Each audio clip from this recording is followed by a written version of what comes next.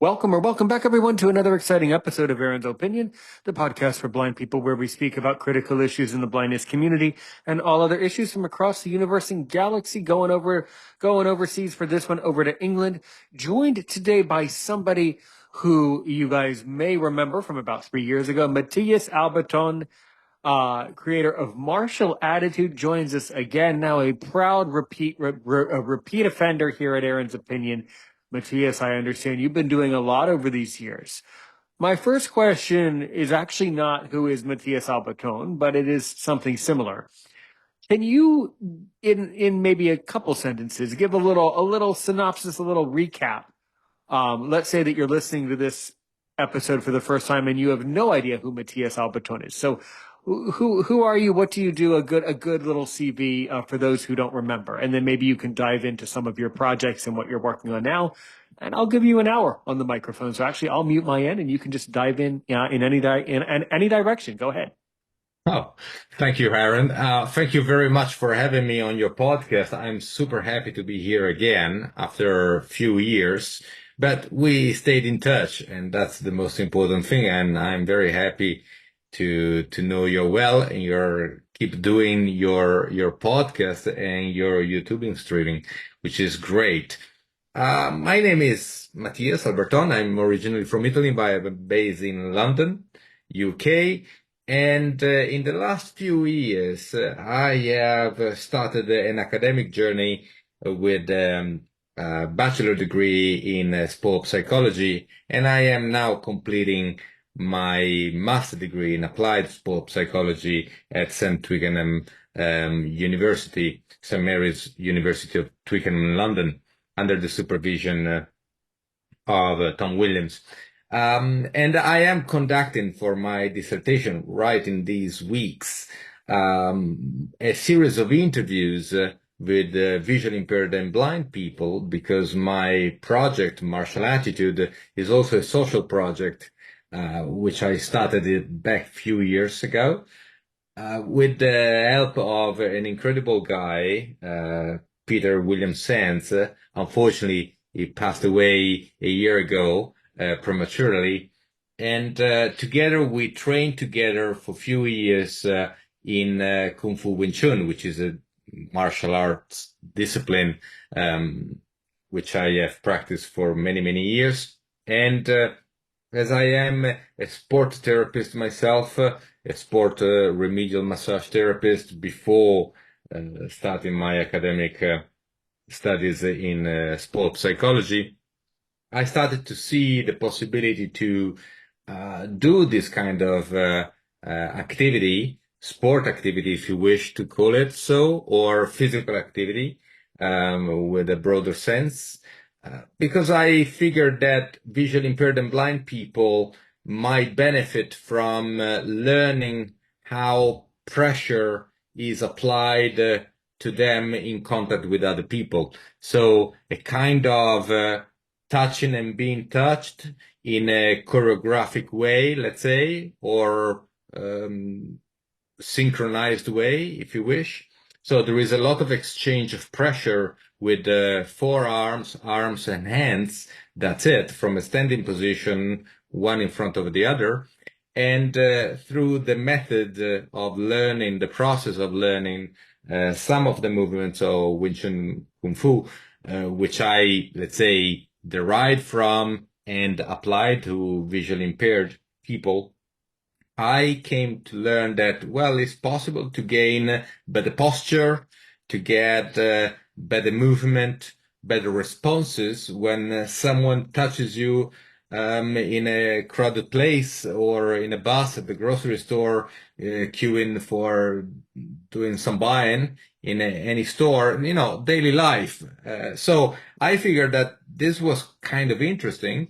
And when I started my academic journey in sport psychology, I said, well, maybe there is something here that worth concentrating a bit, to focus a bit and to develop it a bit more. So Martial Attitude became a community interested company, and I will start in September, Sunday the 8th, the first workshops bespoke for visually impaired and blind people. They are fully funded by actually the lottery fund in UK. I applied last year. I received a bit of funding to hire the venue, to create a bit of promotion, and to develop the workshop themselves. So visually impaired with a fully sighted person can join in group of 3, 4. So we started doing this practice every Sunday for a period of 10 weeks, and then from there we see how it goes. In the meanwhile, completing my master's degree at St. Mary, my dissertation is, let's say, what is called an introductory study or an exploratory study. So the intention is to understand a bit more about visual impairment in relationship to touch, confidence, and physical activity.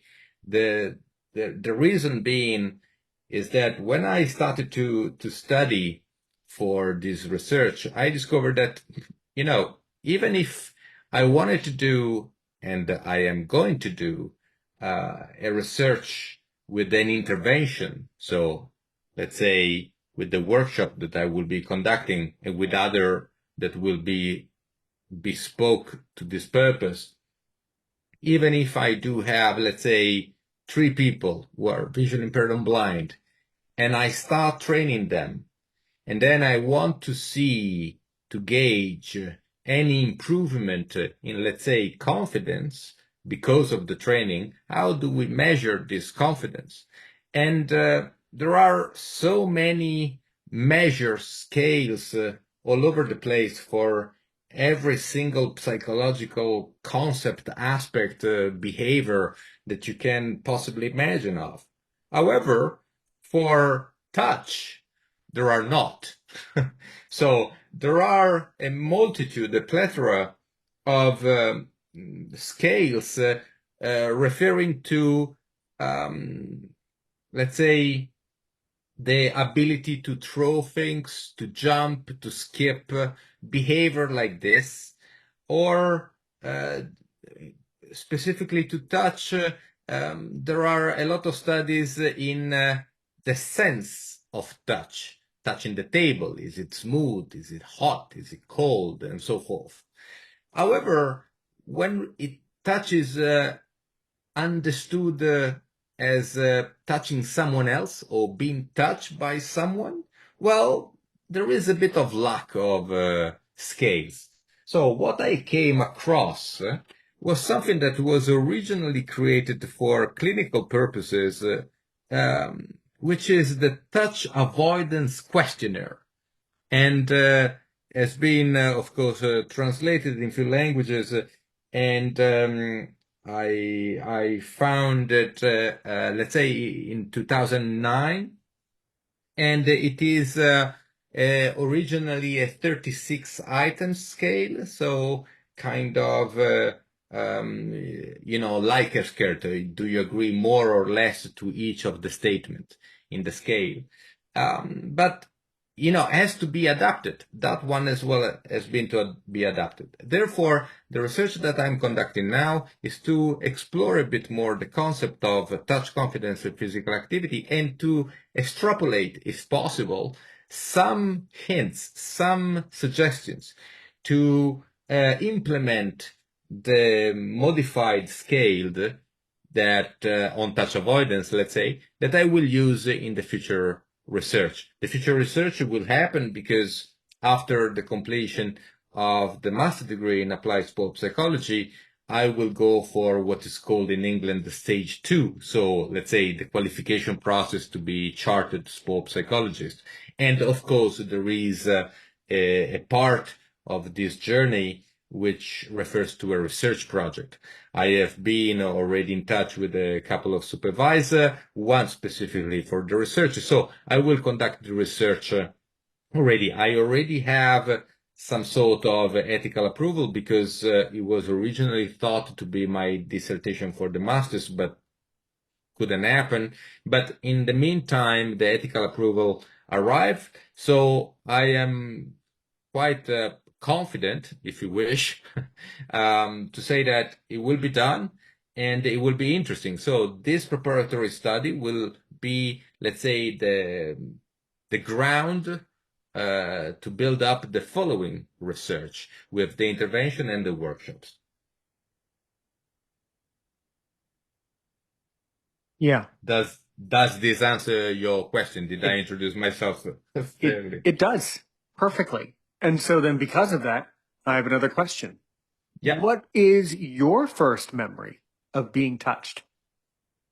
Well, that's a very cool one.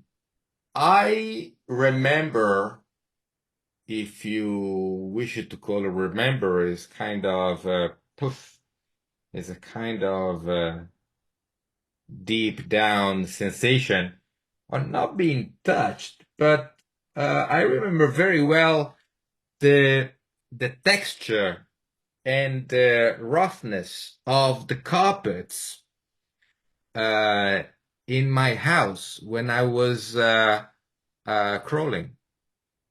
I remember very well that. I remember even the smell of it, which of course is a dusty smell, synthetic dusty memory. But that is something that it goes very way back.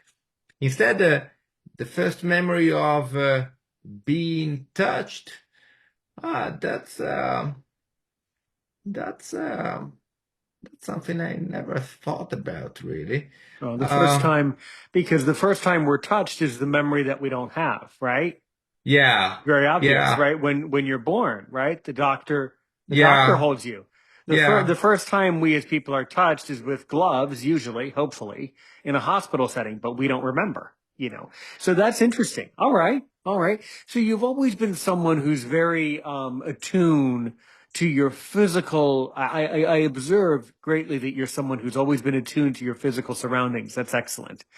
And then this other thing is so, I've a lot of questions. So the other thing is to you, what is sports? What is psychology? And what is sports psychology? Because I want you to really put it all together. Why are you in particular so interested in sports and psychology? That's a wide question. There are three questions. I will try to answer to the three of Hmm. them. Sure. So let's start with something about me. I am a very lazy person.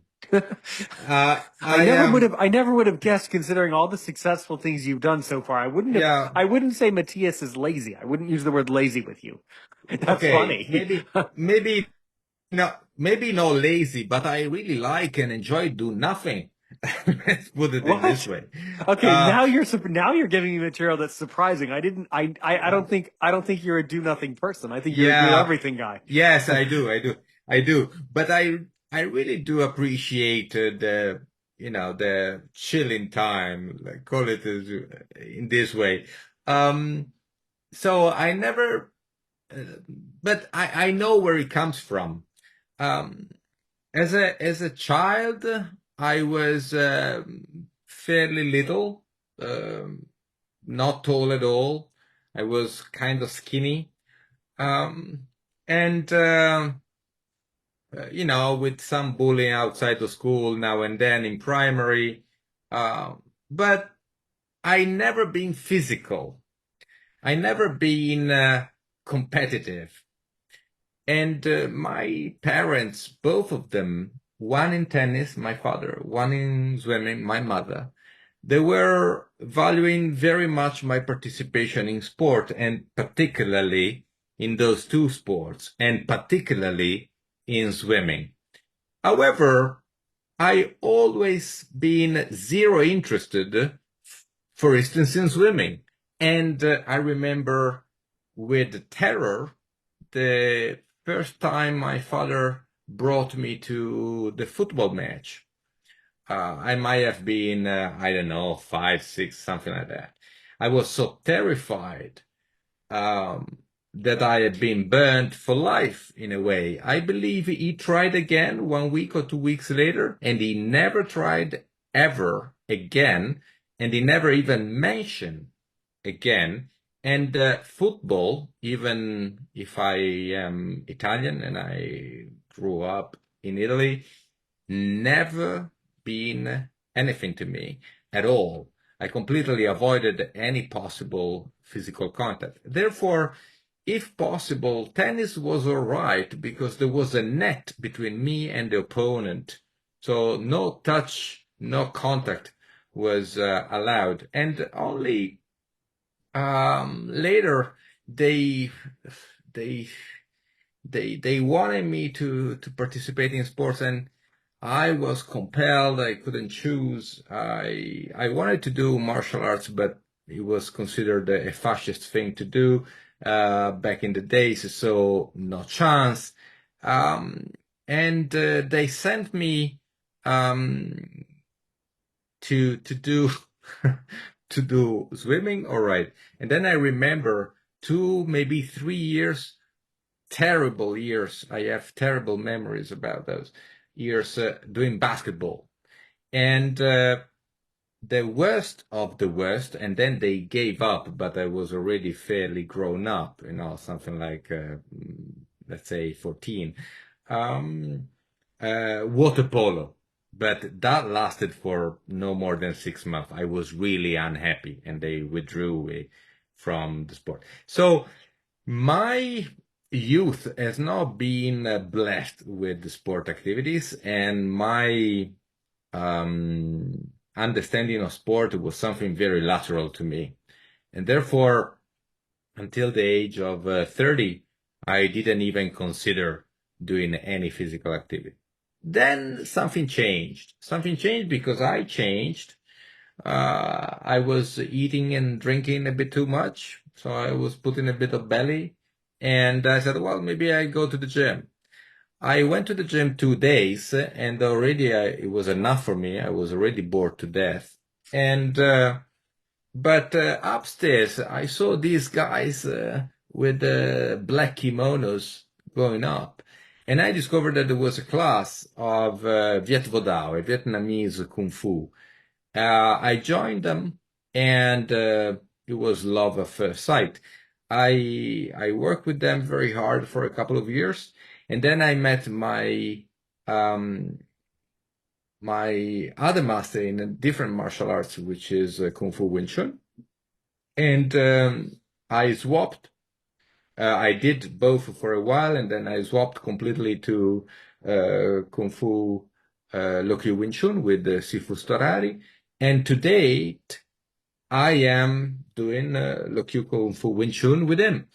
Um, and then when I came to London 13 years ago, I started to study, and I became a sport remedial massage therapy because I always did have this physicality and this appreciation of connection with people one to one after working many years in retail, in large retail companies with, loads of white noise, a lot of clients, a lot of customers, a lot of confusion. And I didn't want anything of that anymore. So I rebooted the system, my system, and I rebooted my system with massage therapy. And because I did have a memory of my mom going to the massage therapist, and I always thought romantically about it as a nice profession. And I discovered that I actually loved it very much. And I started to do gym work, let's say 3 years, 4 years before the pandemic. And it took me a while. It took me a couple of years. But then I started to understand a lot of things about my clients. Sport people, but not only sport people, people who are doing sport, let's say, in an amateur way, but seriously enough. And I started to understand the injury posture much, much better because I was doing the work in the gym, and he helped me a lot. I became stronger, and therefore I deliver better massage therapy. I got less tired because I was stronger. So I got little by little involved in physical activity, to the point where then the pandemic, of course, was a bit of a hit for everyone, for me as well. But I kept on training in different ways. I never go back to shape like I was before in, let's say, January 2020. However, I always kept moving, and now I'm training again to a good level, not as much as before, but still training, 3 times a week, and then doing some of my movements for Kung Fu Wing Chun. And so now, now that I am nearly 50 years old, now I'm a bit, let's say, an active, in brackets, sporty person, but not sporty because I always been passionate about sport. Psychology kicked in later because, curiously enough, and not by choice, by design, I applied for university in sport psychology because I said, well, that would be an interesting thing to implement my practice as a massage therapy. Then pandemic hit. The massage practice went cuckoo banana. And I found myself enrolled to Roehampton University, one of the best university in UK, with a vast department of psychology and beautiful laboratories of biomechanics, um, with the idea to say, okay, let's combine this practice of sport massage therapy, soft tissue release, with posture alignment, visual impairment, Kung Fu Wing Chun, and psychology, and see if I can help a bit more. And then I discovered that I love the thing very much. I love the thing very much, not because it's sport psychology specifically, but because it's psychology. What I like is psychology. What I do like, I always did like, are people. I really like to connect with people, to see their behaviors, to understand them.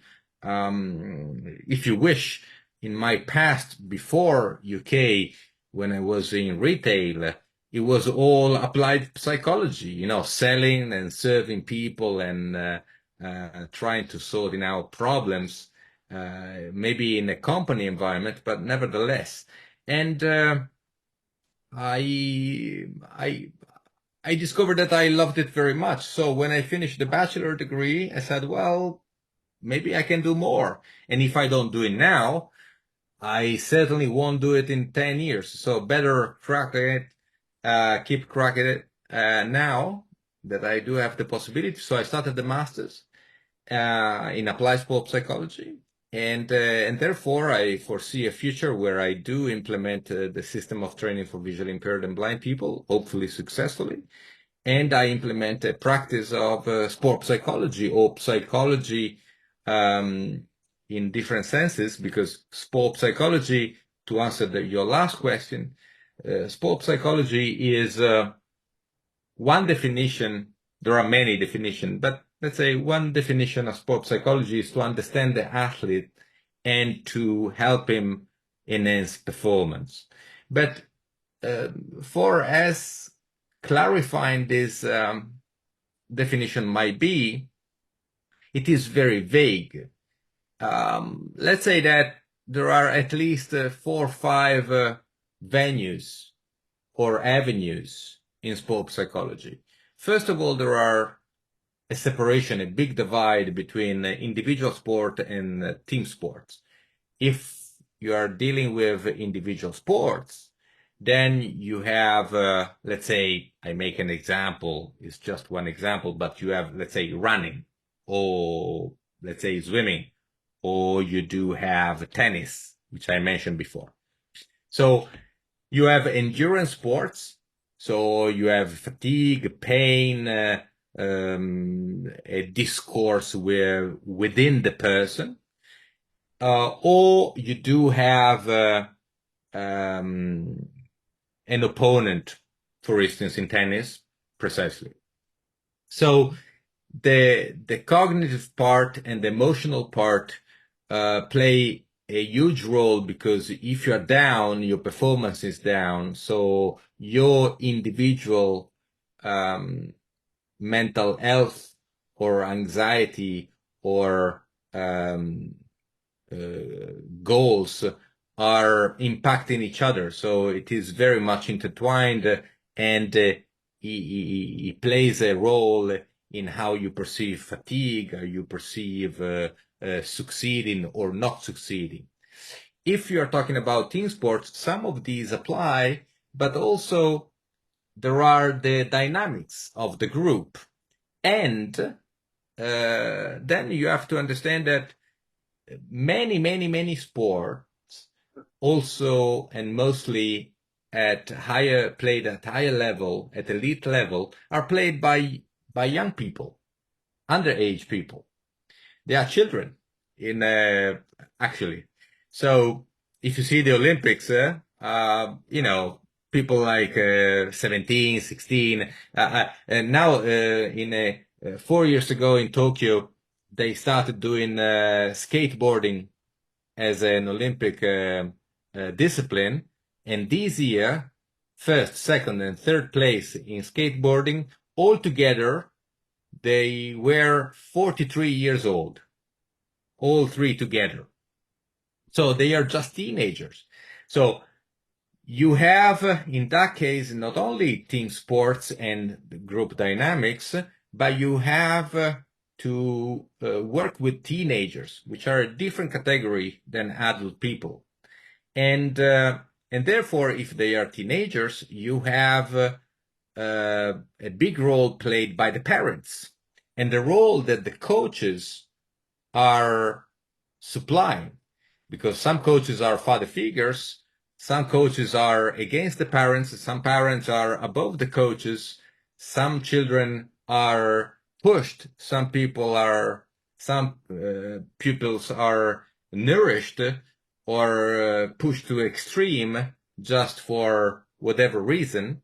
So there are interesting triangles forming: the athletes, underage, the coach, the parents. So we see already there are three avenues. And then there are, let's say, other two avenues, which I found more interesting for me, particularly, specifically. One of which is the support of athletes when they get injured and they have to go back to their higher standards. So to help them to regain the game. And the other one is, which is really what I am interested in at the present day, are the transitions. And there are plenty of transitions. Most notably, one could think immediately about the transitioning out of elite sport into, let's say, regular, normal life. But when you have been in a sport like, I don't know, badminton or gymnastic since the age of 7, and now you are 22, and you are too old or too tired or too satisfied or unsatisfied to continue, or you are in America, you are an American football player, and you get badly injured to a knee and you can't continue, and the team drops you, and you are 21 and you have not done nothing else than rugby playing for American football playing for the last 5, 6, 7, 8 years, then what do you do? So there is not a parachute, there is not a service, and there is not a very widespread culture of supporting athletes in this transition. This is I made it very dramatic in the example of the American football. But if you think about mothers or fathers, new parents overall, or if we are considering a bit the children I was talking about before, children are growing. And they're growing from secondary school, and maybe they want to go to university or to college, and they change city, they change state, they change culture, they change language. In US, of course, you do have 50 states plus away, away, and they, you all are under the dollar, under the American flag, and under the American language. But if you think about Europeans, or for instance, the Middle Easterns moving into Europe to play football or to play any other sport, from Portugal, you go to Germany, from Germany, you go to Hungary, from UK, you go to Latvia or Estonia, and everything changes. The language change, the culture change, the food change, the age group change, the companionship at school change. So these are very big challenges for anyone, but for a child or for a growing up teenager, there are big transitions, and they have to be taken care of and supported with to cross them properly, to see them coming, and to prepare in the right way to nail them, not to be squeezed by them, but to live them as well as they possibly can. Did I answer your three questions?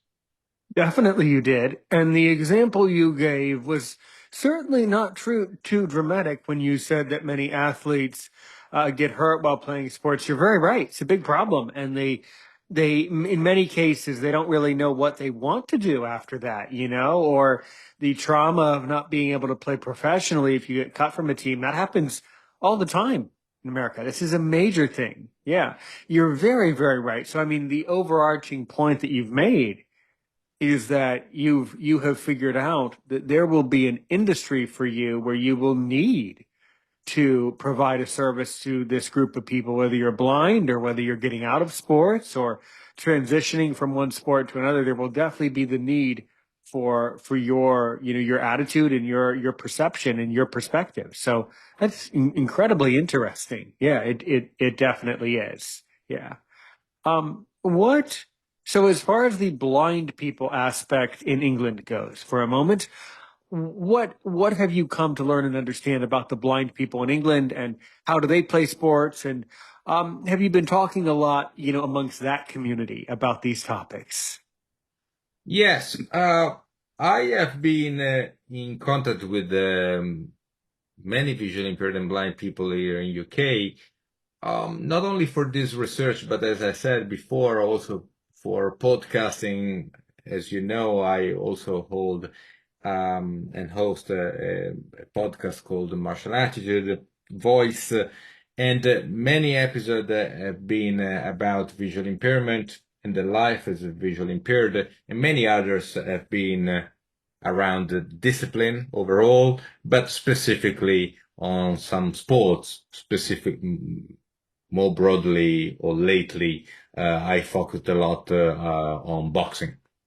However, back to the question, in UK, there are two, three organizations, there are many, but two, three major organizations were certainly doing their best to make sport the more accessible for visually impaired, and there is a vast community. Let's say that something like 3% of the population of UK is affected by visual impairment, and there are many tens of thousands of mm, registered blind, for instance, with the Royal National Institute for the Blind, which is, let's say, the major charity. And then there is Metro Blind Sport, for instance, who is actively promoting sport activity for visually impaired and blind people. So there are sports like cricket, soccer, tennis, swimming, a lot of running lately. In London, running is a big thing, and has been implemented for vision impaired as well. So there is a community of organizations who are providing these services, and we, vision impaired or blind, can join different groups, and they are quite accessible. Of course, the limitation, like for everything, in these cases is, let's say, is UK is very London centric. So everything seems to happen in London. And outside, not really in the outskirts of London, but outside of London, so England, Wales, Scotland, Cornwall, the farther you go, the less service you will find. And of course, for visually impaired as well. So many opportunities are bound in a way to London, where there are the most of the connection, the most of the organizations. There are realities elsewhere, but of course, smaller or more difficult to reach for the individual. And it is not possible to conceive that every single visually impaired and blind person in UK is relocating to London just because of the services which are provided for sport activities. Yeah, it would be impossible for everybody to live in London for many obvious reasons, the cost and the space and the reality of that. That's very, very interesting. Yeah. So running, Matthias, is a huge activity for many people. I don't physically run around my community, but I do run on my elliptical machine. And I agree with you. Running is very uplifting, and that there's a lot of knowledge about running. So what have you learned about running? Well, running is a strange one to me. Um, let's say there is a beautiful book, which I should have here close to me. I can't see it right now, but there is a beautiful book which is called Born to Run. And for whoever is interested in running, I highly recommend it. Born to Run. It is a bit of the story of the running shoes, is a bit the story of the ultra marathons, is a bit the story of the mythical Tarahumara population in Mexico. Ah, Uh, yes, indeed. Mm-hmm. so it's a bit of those all blended together. And then there is another one which is called Endure, mind, body, and curiously elastic limits of human performance. And that as well is the story of the marathon under 2 hours. So running is a strange one because one could assume that humans are born, they crawl, and then they stand up. Then they stand up and they start walking. And when you walk fast enough, then you don't walk anymore, but you run. The difference is that between um, one stride and the other, so from walking and running, you don't touch anymore with the intermediate foot down. So when you walk, you always have 2 feet on the ground. When you run, there is a fly mode. There is a fly phase that it does not exist when you're walking. Apparently, it's very simple. Everyone joyfully starts running at some point. But what I have observed as a sport remedial massage therapist is that actually a lot of people run because they think it's just, simple, easy. I put a pair of shoes and a couple of shorts and I go out running. And they do indeed run, but they do run very badly. And this is a massive problem. It's a disaster. From let's say, a massage therapist perspective, because the posture that we have can be a good posture or a very poor posture. And that is a standing position. without moving. Then we walk, and we already have a different way to comply to this movement, and we do make some adjustment, some arrangement in order to maintain a certain kind of posture. And if we do have a bad posture when we stand, possibly we don't have a great posture when we walk. Think about when we start running. It can be even worse.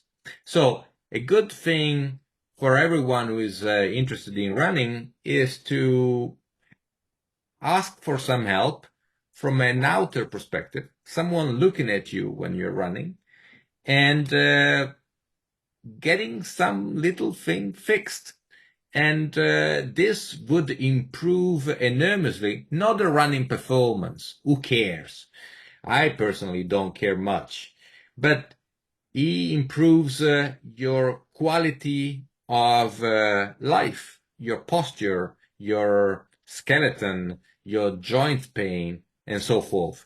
Everyone who runs very properly maybe does not have this kind of problems. And there are many studies trying to demonstrating the run is beneficial. Some others instead said, well, look, all that bumping here and around for 20 kilometers or 20 minutes maybe is not that good on your skeleton and your spine. So there are, 50-50 chances that is good or not good. What is certain is that what is good is done by people who know how to run.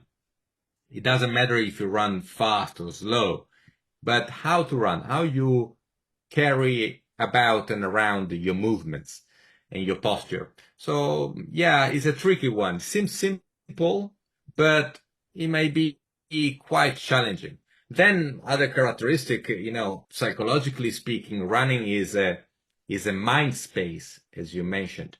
It's something that can be exhilarating. So it is known as the running high.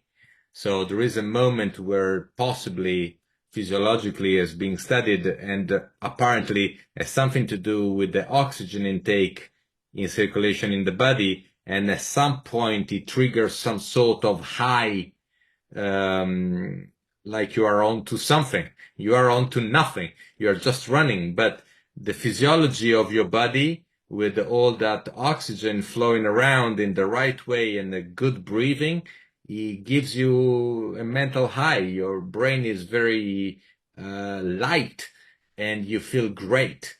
And it's something that is very, very particular to running. I haven't heard of tennis high.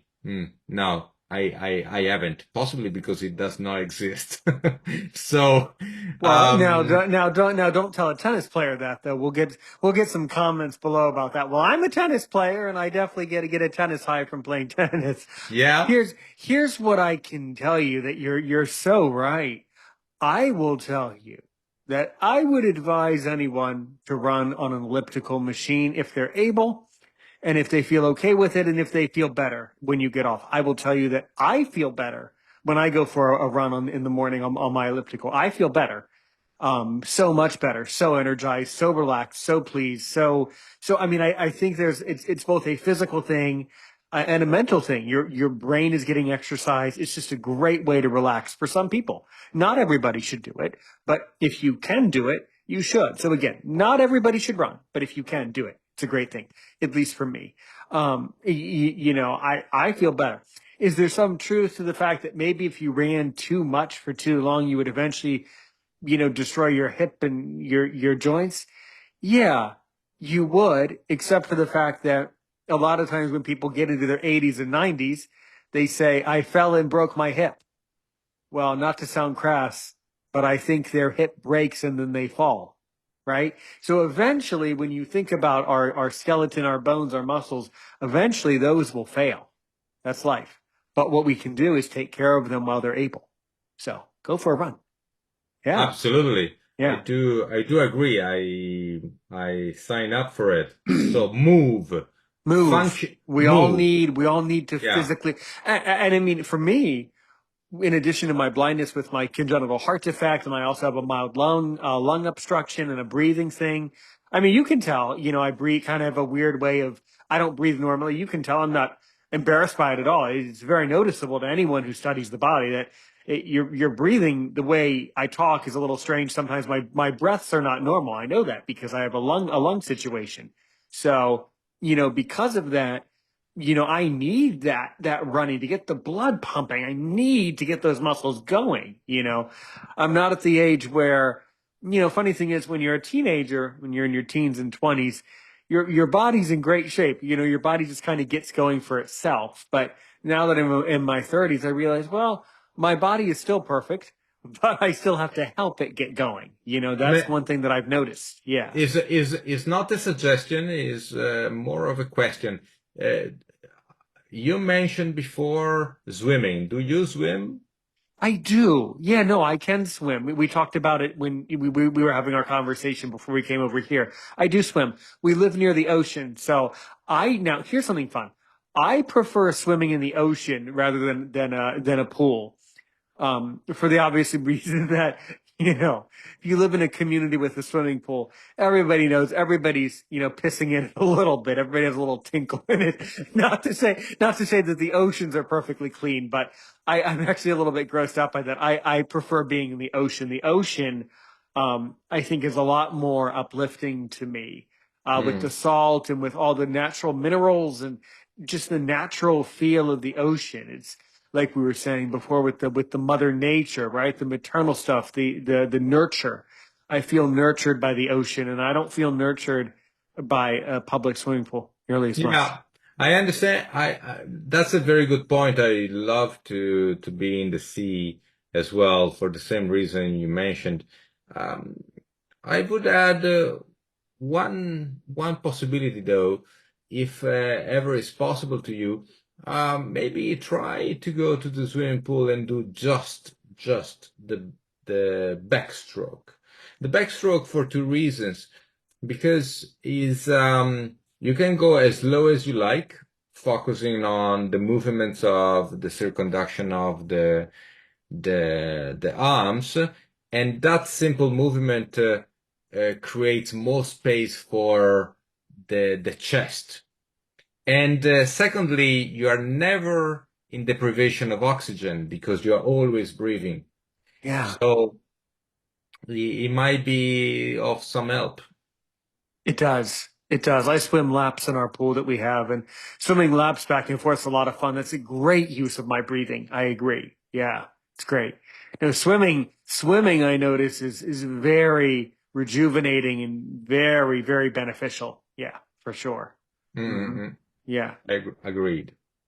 yeah. There's a lot of that. I think the other thing is that our brain notices too that when we're in the water, we're in a slightly different vacuum than the vacuum we are when we're just sitting in our office. Our brain notices, wait a minute, this is environment's a little bit different, right? The gravity is different. You can float, almost like you're in outer space, right? So I think that our brain really kind of notices that more than we're aware, and then it changes different things for sure. So yeah. Mm-hmm. Yeah. Yep. True. That's definitely what that's about. Yeah. So, well, I mean, this is really fascinating. And so, exactly, I understand what you want to do after you complete your studies, but so does this mean after you complete your master's, you'll have to start some sort of a company for yourself, or do you go work? I guess what I'm trying to ask is, so where is the job? I know there is a job in this field, but how do you get started actually earning a living, in this space that you're so interested by? Is a wonderful question without an answer. Meaning that the answer is it can vary. So um, one can go teaching, one can go researching, do a PhD or doing research. One can go to work for a football team, just to make an example, or one can work for a school to develop a training program for young people. or one can go to Metro Blind Sport and develop support for vision impaired athletes with the qualification of the master in applied sport psychology. However, if you want to do a bit more than, let's say in brackets, life coaching or sport support, and want really to dwell into psychology, there is the possibility to keep, let's say, studying and practicing under supervision before getting a certified qualification by the governing body. And that is where I am heading. So I will complete my master's, and therefore I will be able to practice. But in order to practice and become a chartered sport psychologist, I will be a sport psychologist trainee for a while, which will be at least a couple of years, under supervision. So you learn more things, you learn more theory, but you do a lot of practice. And therefore, as for anyone who is self-employed, when you open to say your practice, you contact people and you put yourself or your services on the marketplace, and hopefully you will be good enough to provide some support. And to, I believe, one of the major thing will be word of mouth, but anything can happen, as we know. But for instance, last year when I worked quite a lot with uh,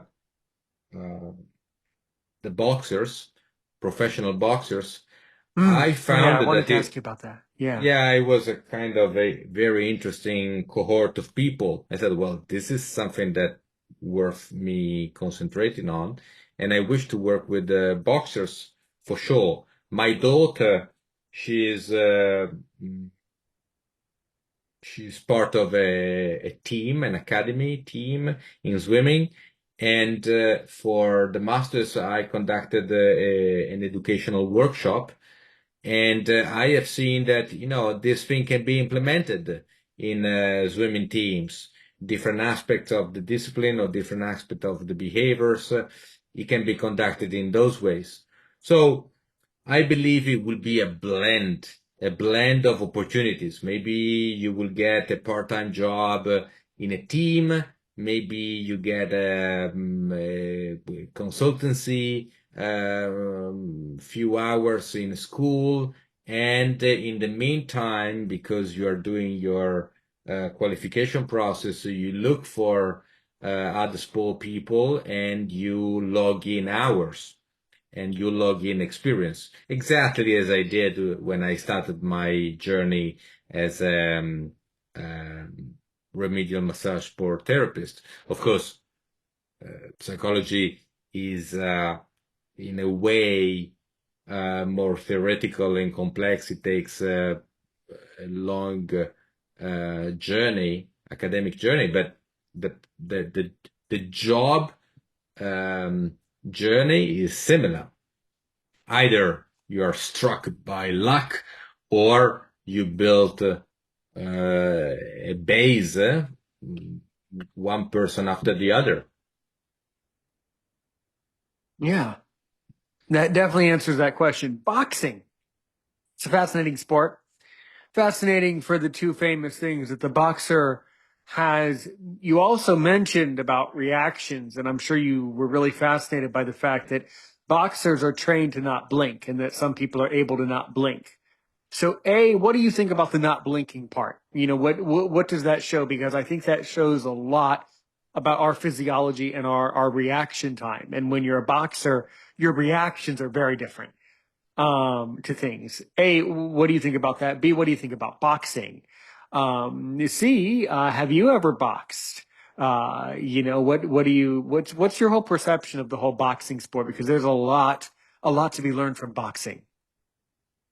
I will start with the last one. I never boxed. Um, I am scared to death to go in a minimal space of 7 meters for 7 meters with someone else my size who is willing to kill me. Um, so I think it's a nonsensical proposition for me as an individual, as Matthias. And with a lot of preconceptions, I dwelled into boxing because nevertheless I was fascinated by the emotional part of it, and specifically my research focused on fear as different from anxiety. And I wanted to see if boxers, in my case, professional boxers, um, are understanding fear and anxiety. And I learned a lot, and I came to like the sport very much indeed. Not only for what I read, but for the people I met and for the things that these people have told me and shared with me.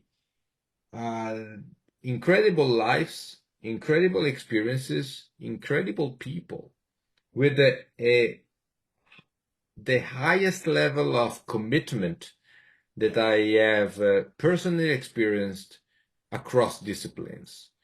There is something which might be archetypally bonded to the danger inherent to the discipline, which drives them to the highest level of discipline that you can possibly imagine. So some of them want to win for different reasons than others, but all of them, in order to succeed, they do not underestimate their opponent and they prepare accordingly. And they prepare accordingly because they know that the day that will fight, nothing will be discounted. So they really try their best to be their best version of themselves on that day. And it is a long process because the professional boxers might have 2, 3, 4 fights a year. And as you go higher in the category, let's say heavyweight is the maximum, but not only in the category, but also in the ranking, the less you do matches, the less you do fights. So it's not uncommon to find a professional boxer who fights twice a year. But all the rest of the year, he trains. He trains a lot. And I think this is, I love the thing and I really love the people. It's a very interesting environment, very interesting Yeah. people. Yeah. It's cool. It's cool. Absolutely.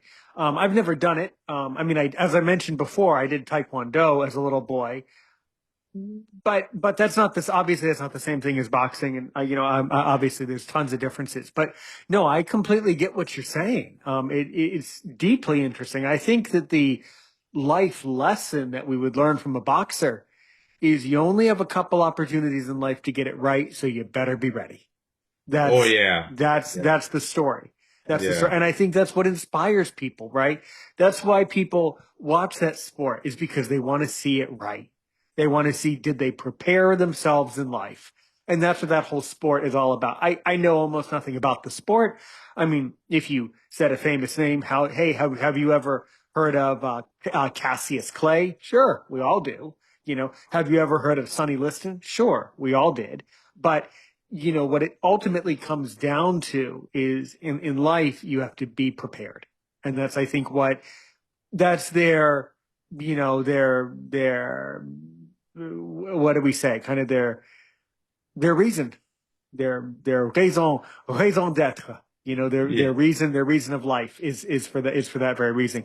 No, I wanted to also ask you too, because I'm sure you follow things in America. This whole UFC thing. It's not the same as boxing. I know that, but UFC in some regards. Now, I confess, I know almost nothing about it, but I do know that it has in some philosophical way kind of not taken the place of boxing, but it has sort of inserted itself into the industry. I don't know. Are you at all familiar with UFC on what I'm talking about, and do you have any opinion one way or the other about UFC in the States? So just to clarify, you're talking about the MMA, the Yeah, I mixed think martial so. arts? That too, and then UFC, which is another famous series. And yeah, again, I'm not familiar with it, but I do know that those two, UFC and MMA, Well, are major sports right now yeah, in the United States. there Yeah, is the MMA and then there is the cage, um, which might be what you are referring to. Uh, um, uh, I mean, I'm not a fighter, right. Hmm. so I cannot answer Sure. as a fighter would answer. What I see from the outside, and having spoken with many boxers, I have some insights. Um, Boxing, and specifically, I repeat, professional boxing. I just clarify a second. When we talk about boxing and we see the Olympics, we see 3 rounds fights. They are very short. A lot of points are given because of the hit or the frequency of the hits, and that how it works. Olympic boxing, which is called amateur boxing, Right. but has nothing to do with the people just doing it for fun. It's amateur, but it's the Olympic sport. Conversely, there is professional boxing. And these are the guys who fight up to 10 rounds. Right. Um, and this is a completely different sport. It's a Hmm. completely different sport because the endurance is different, because the fights are more distanciated one from another, and so forth. Um, the pain is more because the fight is longer, the danger is more. However, through the years, for instance, from the 15 rounds, from uncounted rounds many years ago, to the 15 rounds, now to the maximum 10 rounds. So there are rules, there are referee, there are committees, medical checks, and so forth, which make a very regulated sport. And in a paradoxical way is very safe. Let's say that is heavily safeguarded. Instead, MMA and the cage, you start to accept whatever with no limitation whatsoever. The limitation is the other can't take it anymore. Um, and that's beyond the safety. Now, from the spectacle perspective, it might be a great spectacle. It's very primordial, it's very archetypal for men and women to see two human beings fighting uh, is exciting. Uh, there might be some more morbidity into it, but nevertheless is exciting. Sure. Sure. Um, Now, in what I think about the sports, I think that the MMA and the cage fighters are the most conditioned men and women of the planet. There are no other who are as conditioned as these guys. Um, it's nearly impossible to do what they do. And the reflex they do have, and the will that they do have, and the drive that they do have. But on the safety side of things is beyond sport. Yeah. Sure. Provided that sport uh, can be defined as a play in a set of rules. And sports are somehow related to the idea of having fun, to play, to have a game. Sure. Instead, these disciplines are far from that concept, are Mm-hmm. very, very far. The rules are very, very little or nearly non-existing because everything counts. And the idea that they are having fun is difficult to believe, or Yeah. is or is It's a good point. dangerous, Very good observation. or Yeah. is dangerous to accept. Because Right. if someone of them is having fun, Mm-hmm. well, we could argue that maybe there is something wrong. So, so I try to be very careful with my wording, but Sure. let's say that as I observed the different way of fighting, boxing and professional boxing are very different than the MMA and the cage. And not to say that these guys are not super athletes. They are. They are indeed some of the best athletes in the planet. But I think I totally got the answer, and we are actually shockingly out of time. You did an incredible job. But I think the takeaway argument here is that the for you, as you call yourself, martial attitude, it's about the mind over matter. For you, you're more interested in the mind, and I am too. By the way, I agree with you. It's a different mental compass. Is I think a very interesting way of thinking about it. The mindset is very different in that regard. Well, Matthias, you're doing incredible work. I assure you that I will put you in touch with some other blind athletes who I know who are deeply knowledgeable about this topic, and will certainly like to be part of your study, probably. But of course, in the meantime, if you can ask me now before we leave today, only one more question to really make me sweat, no pun intended, to see if I'm worth my salt as a podcaster. What do you want to know? Well, I I know that you have worked hard to connect with other people Thank you. I have. and to create added value to the space so that people can be inspired, educated, entertained by your content through the years. And this is no little achievement, it's a big one. I appreciate it. It's a ton of work.